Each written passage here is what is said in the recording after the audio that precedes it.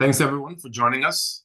This is yet another, technology industry groups lunch and learn. And part of what we do with this series is we allow you, right, the members of the group, to come and share your expertise with the rest of the rest of the group. We are all technology experts, within our own verticals. And I'm sure there's lots of information out there that can be shared. And within the industry group, in addition to our weekly Smart Connects, we have these lunch and learns where we provide a platform to you to talk about the expertise that you've garnered over the years, and how you currently help and support your clients today. So with that said, we are using the Zoom webinar platform. There is a capacity to leverage the Q&A feature in the bottom. So as questions come up, make sure you type those questions in the Q&A, and we can get Rich to answer them along the way.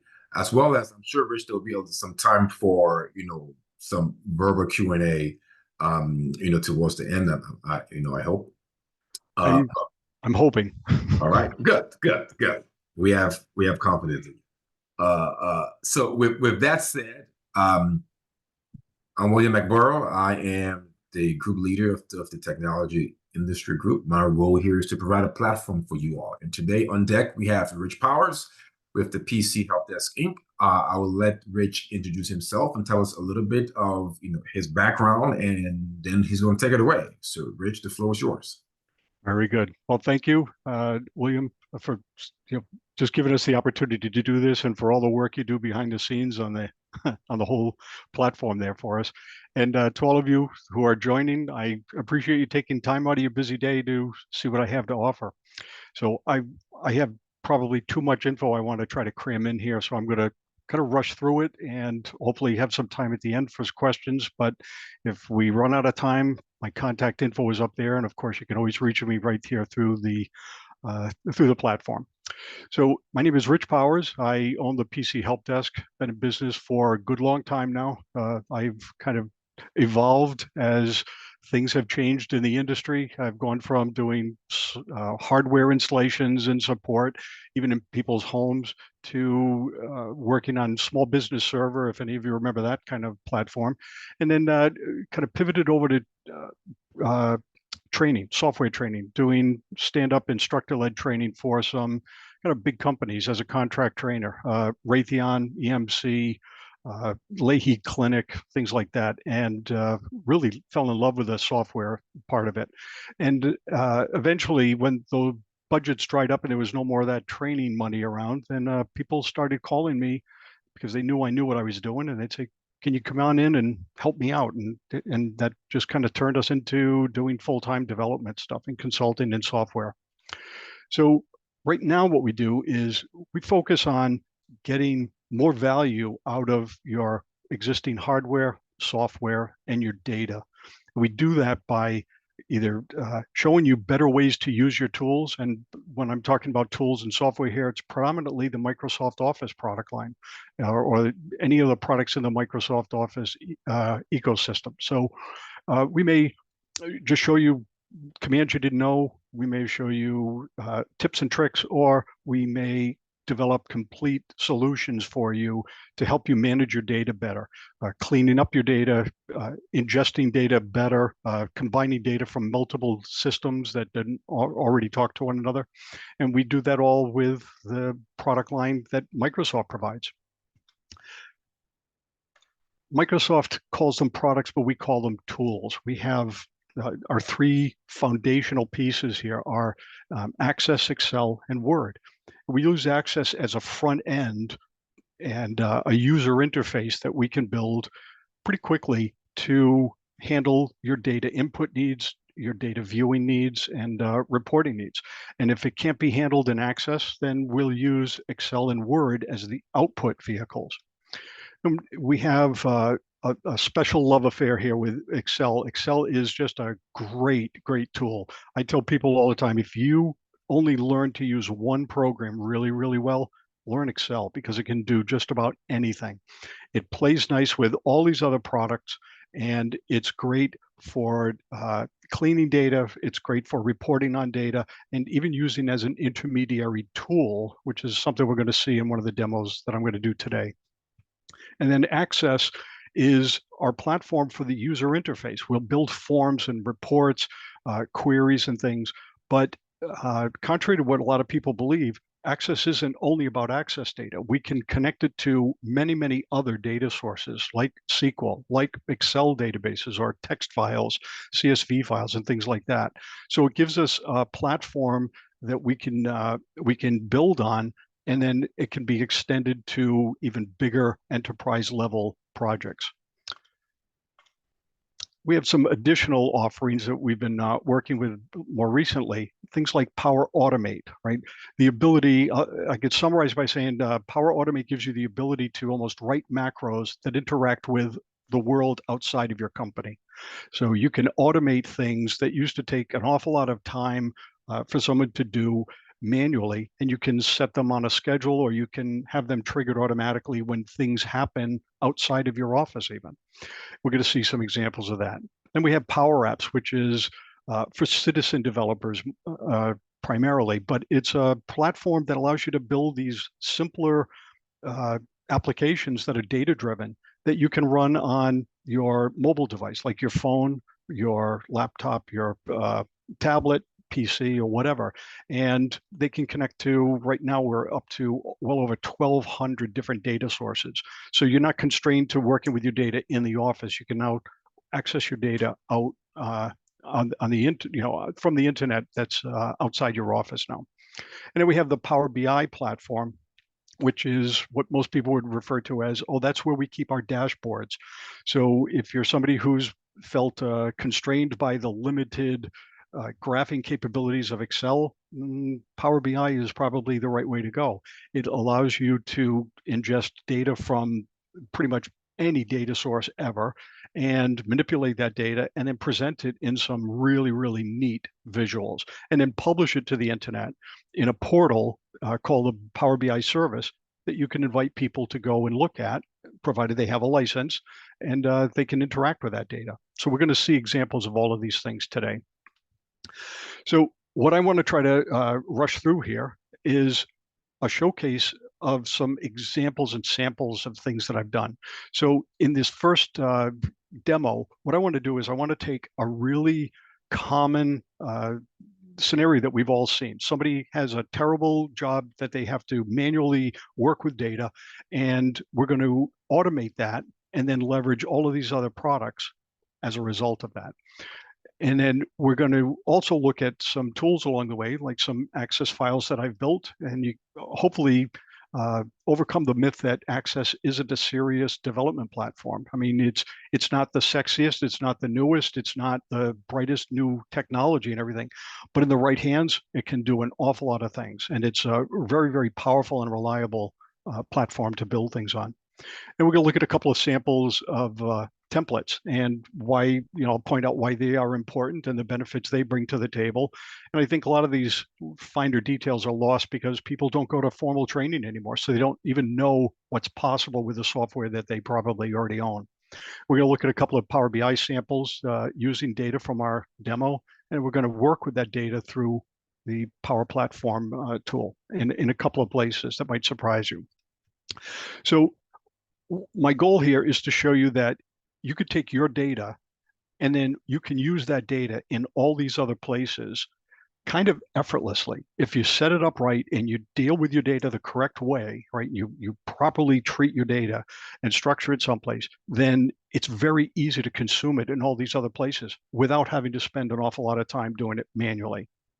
So the first example we're going to look at is the really, really horrible yet very common practice of somebody gets an email from 4 regions in their company, right? So every month somebody gets an email attachment that has data in it, and it's a CSV file, and they get 4 of them, one from north, south, east, and west. This is all fictitious data, right? So it doesn't really mean anything. And what we're going to do is we're going to see that this data has very little structure to it. So let me open up this and we'll do old school reports.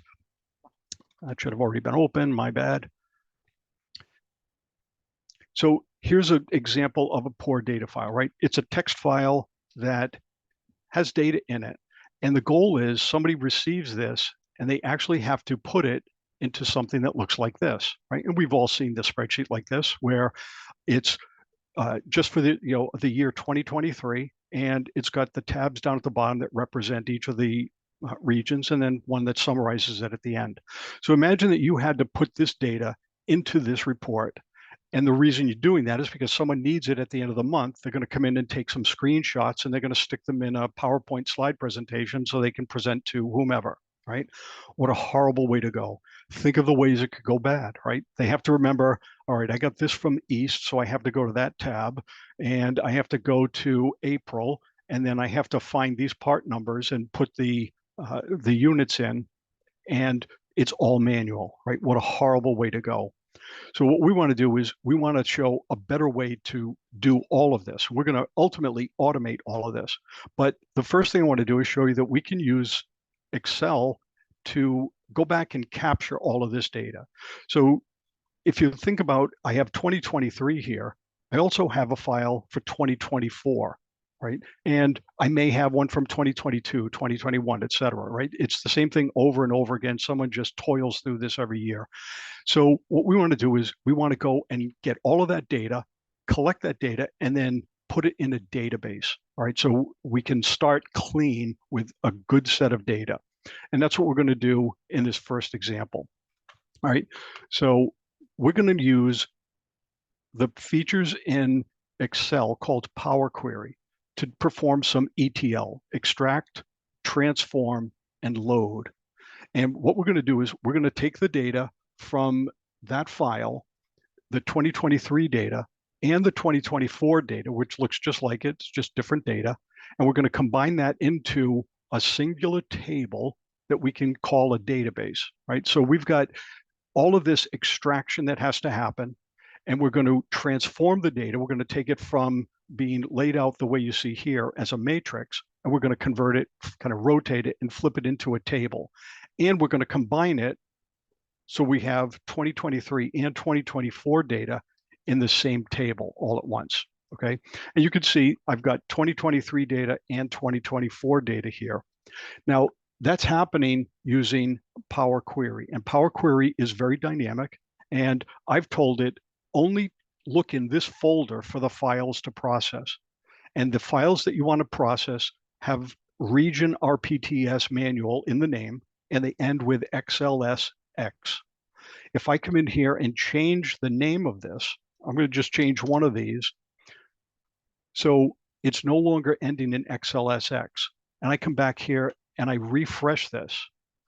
You're going to see we go from 386 records down to 306 records, right? It doesn't see the 2024 data anymore. So this is real. This isn't like I already did all this stuff and it's static. It's actually real. So I'll go back here. I'm going to undo this, Control Z, and then I'll come in and refresh this again, and we'll be back up to 386 records. So think about it. If we had 10 years worth of back data, all in that folder, we could process all of that and pull it all into a legitimate database table. It's in Excel, but it's still a database, not a great one, but it works. And that gets us something. What does it get us? It gets us the ability to write reports against a data table. So here's a report that's looking only at the table that we just created, right? We sucked all that data in. So this is a pivot table, and the pivot table now contains data for both years and all of the regions. So I can click on these slicers and I can look at what used to be one tab on each of the, in any of those files. And I'm looking at it for 2 years. Or I can select 1 year and say, all right, I want to see just the data for North 2023. Or I could look at the North for 2023 and 2024 both. If I had pulled 10 files back in here, right, 10 years worth of data, it would have built all the years in the little buttons here for me automatically. If somebody ends up adding more products to their report, it'll just get added into the data and we will automatically see it show up here.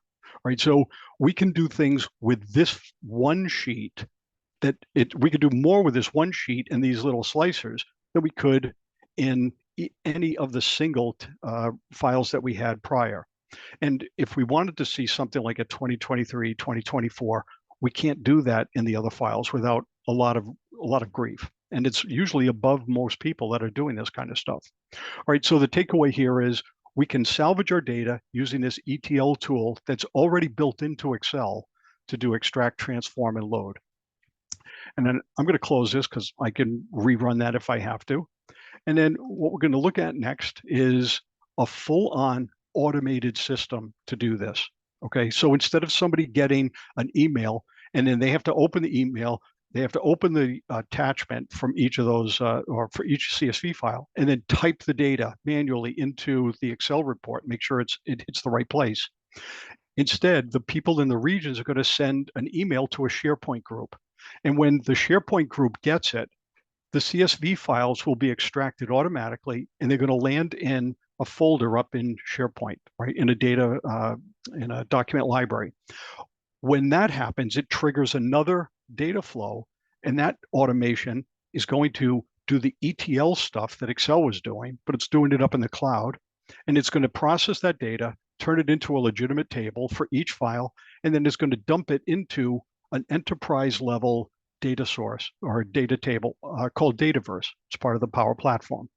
After that happens, another automation is going to run, and it's going to take the files that were first saved here from the emails, and it's going to archive them into a separate folder. It's going to move them from here out to here so we don't end up reprocessing the data. All right, that's the whole gist of this thing. So in order to do that, we have to send an email. And I have a file here that we're going to use to do that. We can just I have a template set up for that. So this is an email. It's got a whole bunch of attachments in it already. So I'm emulating that I'm going to send 2 quarters worth of data from 2024, right? Same CSV files we were looking at, but they're all different, but they're all for 2024. And I'm sending it not to me, but I'm sending it to the name of the group or the team, data demos at the PC help desk. I'm going to let that run. And in the background, that's going to do all this automation. Again, to show no smoke and mirrors here, I'm going to go to the file folder called new. There's nothing in it. I'm going to go to processed. Nothing there either, right? So empty. I'm also going to open up an Access database that is linked to that Dataverse table out in the Power Platform. And I can see there's no data there either, right? So, and at the same time, while we're here, I'll show you that I have another table that's a SQL table somewhere else, empty. I have an Access table that's stored on my local computer, also empty. And we're going to see that those are going to get populated. Now, this is going to take a little while to run. So while it's running, we're going to look at another way to do this without the automation, because this automation costs money. And there are a lot of people that just don't want to pay the licensing for it. So we can just go ahead and do a different way and still cut down tremendously on the amount of work that poor person has to do. So in this example, we're going to actually send files to the person, except when the person receives the email, they have to manually save the CSV files to a different folder, right? We're using a different folder, but it's still up in SharePoint. And then once they get that, they will drop the files in the folder. Then they're going to open up a tool that I wrote in Excel that will generate all the ETL stuff, right? It'll fix them all. And then it's going to open the resultant table up in an Excel file so we can see it. So we'll see the data. And then we're going to let it push that data into a real database. So we're using Excel as a tool, an intermediary step, and we're going to push the data into 2 other data sources, one being on my computer and another one in a completely different place on a server out in the cloud in a SQL database, okay? And then instead of archiving it and moving those files, what we're going to do is we're simply going to change the extension from CSV to .done. That's all we're going to do, okay? So to do that, let me just show you. There's nothing in the manual drop here. So I'm going to drop a bunch of files in instead of sending the email. I'm just going to put these 48 files in there. I'm going to copy them. So I'm copying them up to a folder that's up in SharePoint in a document library. And then when they get there, I can open up this other tool. And in here, I'm going to use this tool, which has a bunch of Visual Basic programming behind it. Okay, so I've got should have my files here, right? A bunch of CSV files for now. And I'm going to tell this tool, I want you to go and do all the transformation on 48 files, show me the data here, and then I want to stuff it into my Access and my SQL tables just because I can. So I'll click this button. It's going to process those files, and it's going to show me the results of all of the files right here in this table. And there it is. And now it's asking, do you want to append this to your Access database? Yes, I do. And that's done. Do you want to append this to your SQL table? Yes, I do. Right? Remember, that's out on the internet. And if I come back here and look, we're going to wait and see this. All of these CSV files should next get renamed. Again, it's all being done by pushing that button and running a Visual Basic procedure behind this Excel file. And even though I see the data here, I don't care that it's here because now I've already moved it to a real database or a couple of these things. So I'll say, yep, that's all good. And if I come back here, this should change any second now. And in the meantime, I'm going to just close this file. I don't even need to save it because it's just a tool. Let that close. And if I go back here, these have all been renamed to done. So that process is done. So think about it. We've now done this manually, but way better than the other way, right? And if I go back into my Access file, I could see, yeah, I've got 306 records here. If I go to my SQL table, I've got 306 records there. So the data actually moved from Excel out into a couple of other different data points. Now, while we're here, let's check on Dataverse. If I refresh this, and let's see if we got anything here. Should have data there, and we do. We have 152 records because remember, this is in 2023, this is 2024 data, and it's only the first 2 quarters. So we have data now in 3 places, 2 of them out on different places on the web, and then 1 in a local Access database. And this Access file is looking at all 3 of them. It's connected to all 3 of them, okay? So let's go back and also check on the file changes. Let's see what happened here. Right, because that automation was running in the background. So we should have seen something show up in new, and we do, we see new. And then eventually these are all being moved into processed, and they are, and they're just moving along as we go. We have no control over the speed of this. It just happens in the background and just keeps happening. So we know that worked. So again, you ask, all right, big whoop. So now we got this stuff in database. Now what? Now we're going to show you where you can go and you can actually use this data. You can see the data and you can consume it in all of these different places. And we're going to look at it in each of these different tools and interact with it in these different tools in places that you probably, you might be surprised to see. All right, so one of these places is going to be in a file, in an Excel file. I'm going to open that up. When that's opening, let me explain. So we're going to use an Excel file to report on all of this data, right? So we're going to open up an Excel file that's simply going to, it's going to connect to all 3 of those data sources. And then by doing so, it's going to allow us to build visuals based on any of them, right? Any of those data sources that we want. And I have something bugging me here. Let me just check. That is done. So, yep, I gotcha. So this is that file. And what it's doing is now it's using the Power Query. It's going out and reading all 3 of those data sources. And you're going to see that I've got some visuals, right? They're not beautiful. I didn't try to make it beautiful. I just tried to make it functional. And they're interactive. They're live. So imagine instead of people saying, hey, can you give me this report? Can you get me that report? You can use tools that you already own, like Excel. connect to multiple data sources using this ETL tool, and then present that data and build your pivot tables, build charts, build graphs, and nobody has to know how to do it. And when they open it up and refresh it, they know that they're looking at the latest and greatest data, right? You could see, well, maybe you can't, but it's actually reading the data live. So in this example, I've got 4 sheets here, 4 different views of the data, and the red tabs are all tied to an access file. The blue tabs are all tied to a SQL table, or the SQL table we used, and then this last one is tied to Dataverse. And what I've got now are things that are fully interactive. They're independent of one another.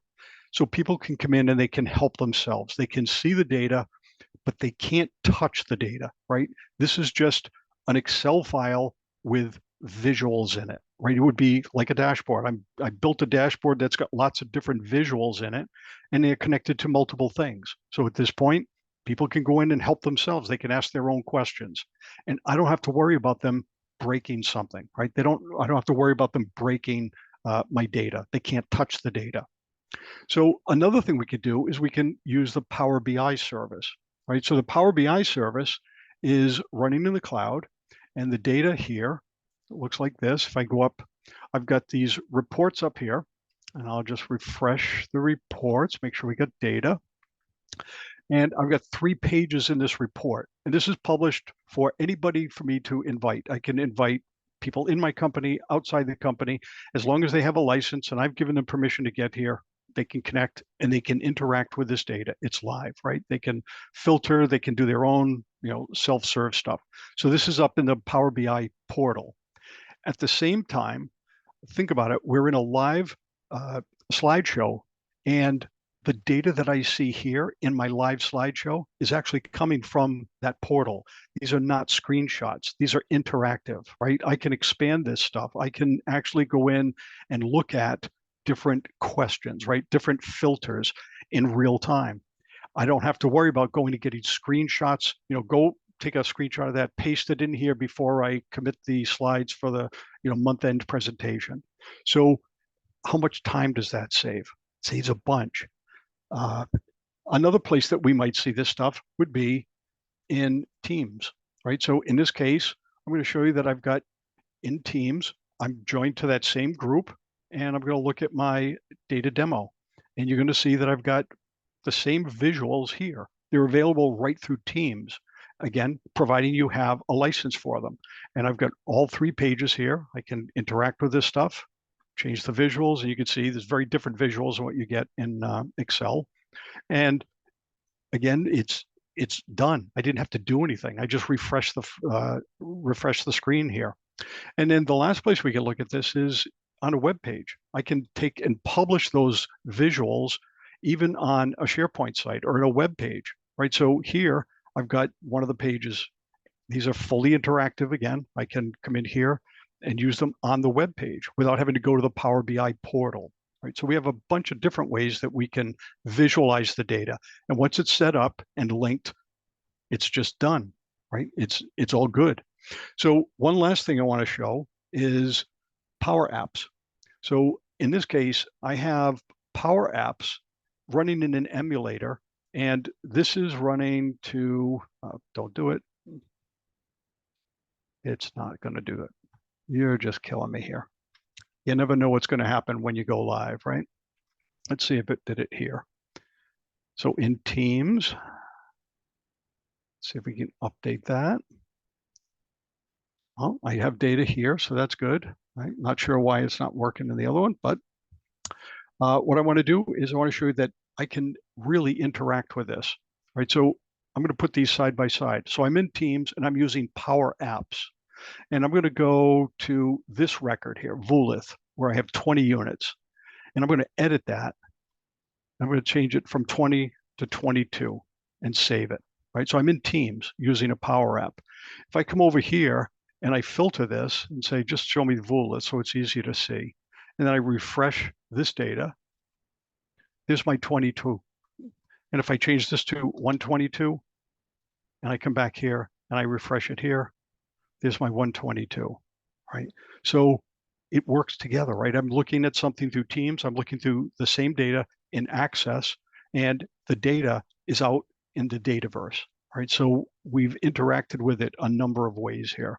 Why this is not refreshing, I do not know.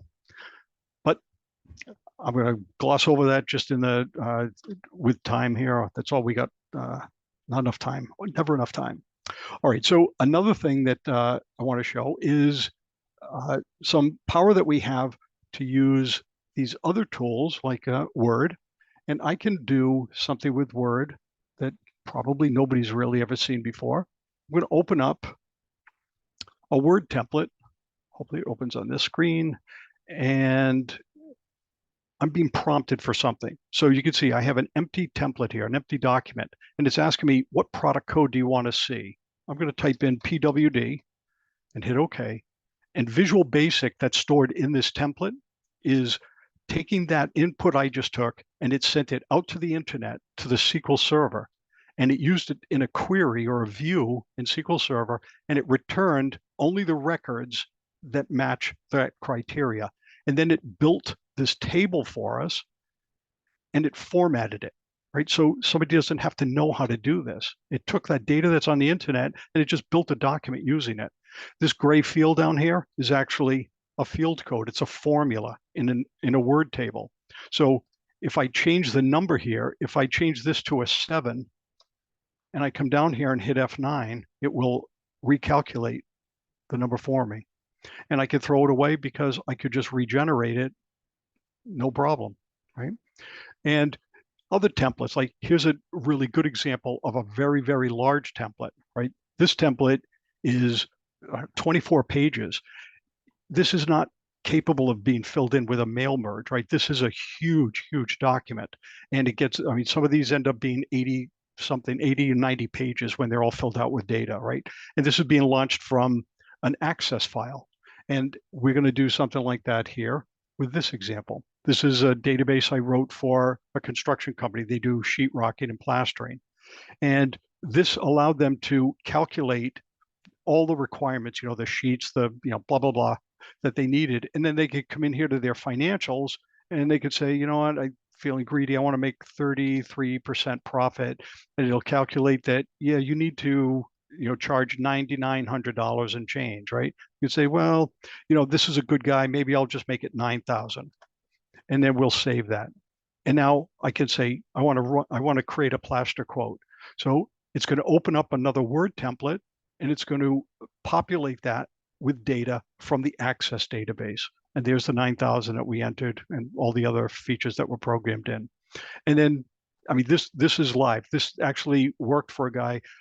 He ended up letting go of 3 of his full-time people because he didn't need them. He could do it faster and more accurately on his own. Had a little printer on his truck seat, and he just left this right at the job site as he did it. It was kind of pretty cool. So we just did a whole bunch of different examples there on how you can interact with your data. And now I want to show a couple of our examples here. What do I got? I still got a little time here. So some database apps. Again, for those of you who kind of poo-poo Access, if you know what you're doing with it, it can do a lot of stuff, and it's great to work with. It's easy to give people what they want, right? The look and the feel of things, and you can make it very specific to a particular problem. You don't have to build out this huge enterprise system for somebody. You can do very targeted solutions.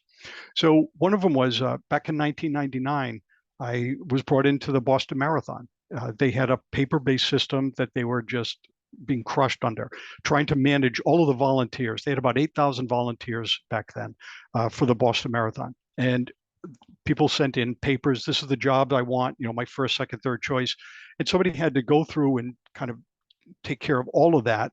And the jobs were like 3-hour increments. And there were just hundreds and hundreds of jobs that had to be filled. So I wrote a database and created it and worked on it for almost 20 years, developing more and more features to it. Ended up, they could manage 12,500 volunteers for the full marathon, but then they could also use it for 3 new races that they added to it, the half marathon, the 5, and the 10K. And they were able to do that because of this database without hiring anybody else to manage them. Whereas things like the New York, Chicago, London, San Francisco marathons, they have somewhere between 12 and 20 people to do what this one person was doing. And she didn't even live in Boston. She was in Colorado doing this remotely.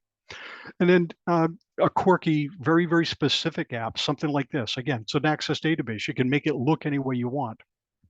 They had to number buses. They had to put number signs in all the windows of all the buses that transport all of the runners from Boston out to the start line.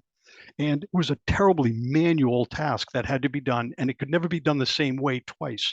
So I gave them a little app that allowed them to manage that more easily. And they go and fill some things out and hit a button, and it prints all the signs for any particular bus.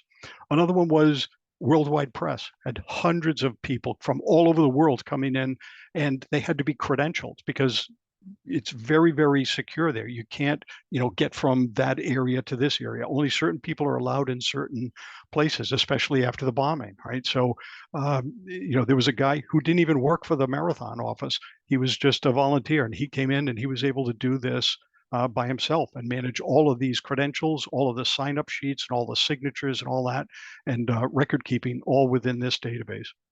Another one I did for Genzyme Corporation. It was for clinical studies they were using. And they had paper notebooks they would bring into their surgery rooms as they're doing their findings and recording everything in notebooks.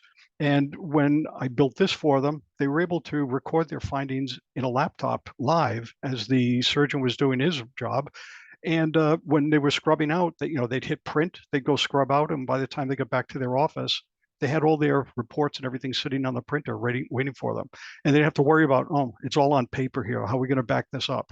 So it was another really neat time saver for them. This is a great example of how big you can use a system. Right, this is a very, very long time client of mine down in Florida, and it's integrated with QuickBooks. They used to do time card stuff in an Excel file. And in the Excel file, people were typing in what they did, but it didn't necessarily match with the codes that they had to use up in QuickBooks. So somebody at the end of every week had to enter the data manually up into QuickBooks and try to interpret what everybody was writing. So instead, we now integrate it with QuickBooks. So when everybody signs in, they get their own customized choices that they can pick from as they're entering their time. And it's guaranteed to match because it's coming from QuickBooks. So at the end of the week, nobody's entering stuff back up into QuickBooks. It's all processed with a job that runs Tuesday morning at 2 a.m. while everybody's in bed, right? Everything's been dumped into the database, and then it's pushed up into QuickBooks automatically overnight. So they can run their payroll on Tuesday mornings.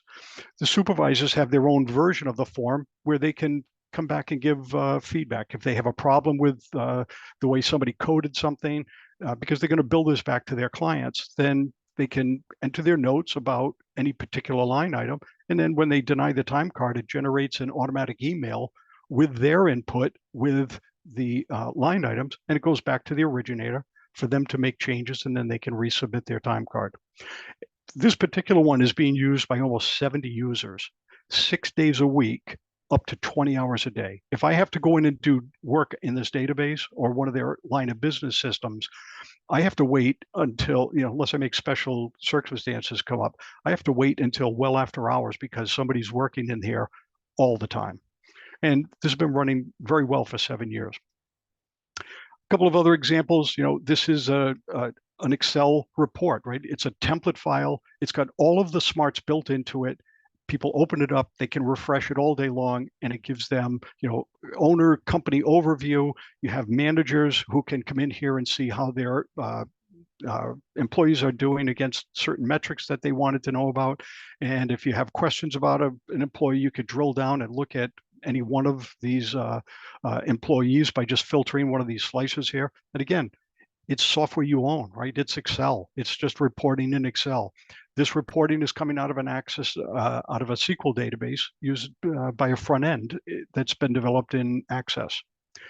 And then this is a kooky one, a one-off. One of my other long-term customers needed something to put in front of their clients, and their clients were looking for a schedule of when is my product transitioning from this facility down to this manufacturing facility in another state.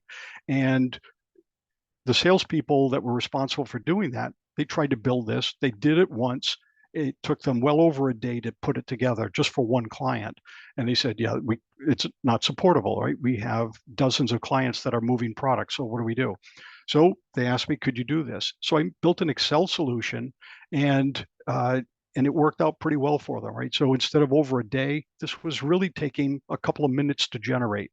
They go in, they pick the customer, they hit refresh, and it goes and it filters all the data. And the data was coming from two separate access databases in two different plants, and then two separate Excel files. I wouldn't call them databases, and then an SAP text file that was exported every night. And we mashed all that together using Power Query and produced the data grid over here. And then I wrote this formula or this function, gave it a name of Gantt bars, and that's the formula that's in all these cells over here. So it reads the data off on the left, and it determines what the bars should look like or what the cell color should be. So I think I did that in record time. I've done this a whole bunch of times, but I think I got through everything I wanted to get through. And as a wrap up, custom applications, right? Custom data applications where we can help you clean your data. We can help you clean up the way you ingest data or you pull data in. We can merge data from disparate systems. Maybe it's only by using text files, or there might be third-party APIs or something like we have for QuickBooks there. If you have paper-based systems or people who do that, we can convert those and give you a very focused solution and templates that will improve your output quality and give you reporting tools that you probably never had before. And all the while, probably elevating employee skills because they're going to see what's possible. People don't even know what they can do with the software they've already got. So if I can help anybody like that, I would love to, talk more about your needs, or, if you know somebody, I'd love to, get a referral, and we'll go from there. And with that, I think I'm done.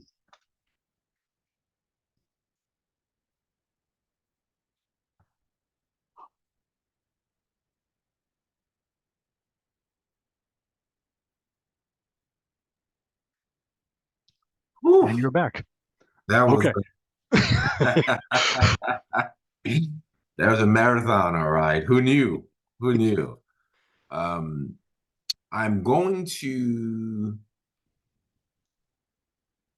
allow folks to pop in here and speak. I mean, if you would like to ask Rich a question, we can certainly give you the ability to speak. Allowing you to talk brings you on camera. So I mean, I'm okay to do that. But this is being recorded. So They may be afraid to ask because I may answer them. any any questions? And before folks jump in here, Rich, I know that you had mentioned around the licensing requirements. So do you have any idea off the top of your head what licensing for each of these products? So the Microsoft licensing is it's a horrible maze. It's really, really complicated. So and I am not expert at it, but basically, if you wanted to see those Power BI visuals, right, the visualization tools, you would need the lowest form of license you would need would be Power BI Pro, I believe, and that is $20 a month per user, right?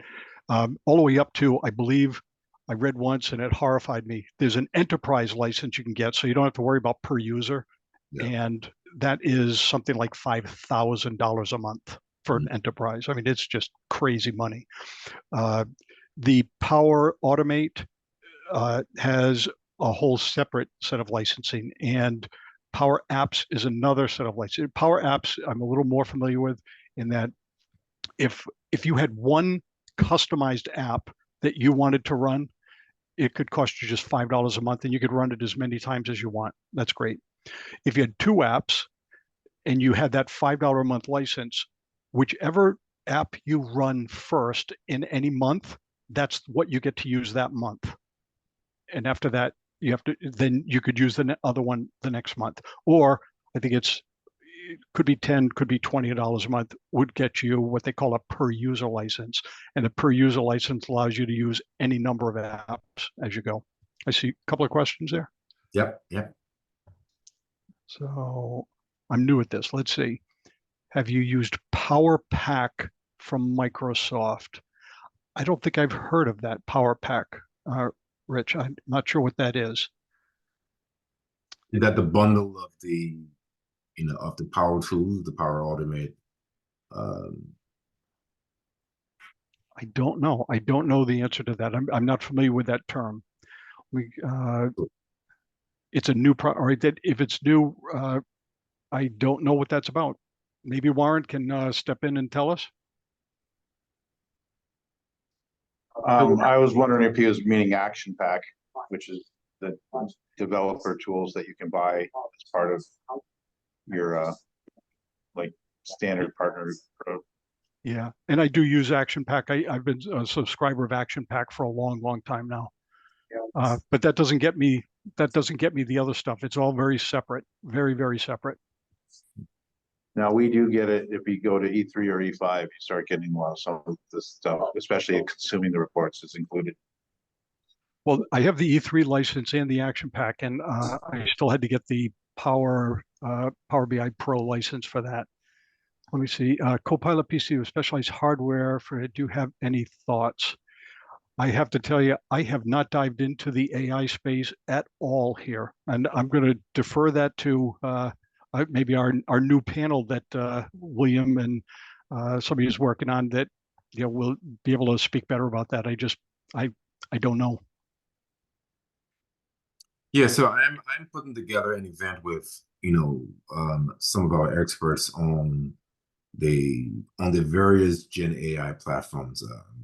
Deborah Frere is sort of working with me on that effort. We also have a survey around the use of Gen AI posted in the technology industry group. So if any of you have not completed the survey, I encourage you, to do so. All right. Well, I think if we're all set, I hope that I get across what's possible, right? Because what I've found is over the years, people don't know what they can do, and they don't, and because they don't know what's possible, they don't ask for help in achieving it. And that's a problem, right? They think I'm using the software the way someone told me, whether it's, I take out a piece of paper and I follow this instruction every single time I do it, which I've seen, or they said, yeah, this is the only way. They've convinced themselves it's the only way, and they don't invest in any time to learn more about it because they're too busy doing it the wrong way. So they just burnt out. So half the problem is getting people to understand what is possible. And a guy told me a long, long, long time ago, before I was even doing this, he said, anything is possible with software. And if you don't believe that, I guess look at AI, right? I mean, who could have thought? So if you want it, if you sit down and go to do a task on your computer and you absolutely dread it and you say, oh, it's got to be a better way, there is. There is. Just finding the right person. So, Rich, circling back to my licensing questions, right? So you had workflows in your demonstration that leveraged different parts of the Microsoft stack.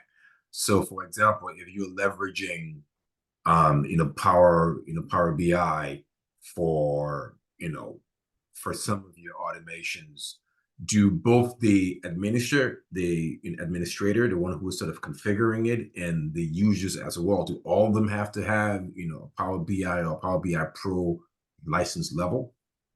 The developer, I'm using a free developer license, right? So I don't have to get all of that stuff. So I can develop that stuff, but I could stand it up in an environment and it'll work. I could transfer that to somebody else's tenant and it'll work. But for them to run it, they have to have the license. Okay, good. And with the Power Apps, I think with the Power Apps, when you get to the per user license, and again, I'm not expert at this. I haven't looked at the documentation here for a while, but I believe that when you get the premium license for Power Apps, the per user stuff, it allows you to run not only the Power Automate stuff, but it also allows you access to some connectors. There is a loophole in there, and that is if you develop a Power App against, say, the Dataverse data set, right? So you want to store your data in the Dataverse, and you do that through Teams, you can do that for free. Yeah. But there are certain limits, right? There's limits to how much data you can put in there, and but it is free and it's fully featured. So you can get away with this cheaper in some ways, but no matter what, they're going to get you. They're going to get you. Yeah. There's no such thing as a free lunch anymore. So one of the things that I'm thinking about for for a follow-on event, not necessarily with you, Rich, if this is not your area, is that we've been, because of the work that we're doing in the defense space, we've been leveraging more the Microsoft security stack. So exactly like you did today, sort of walking through sort of the integrations and so on and so forth.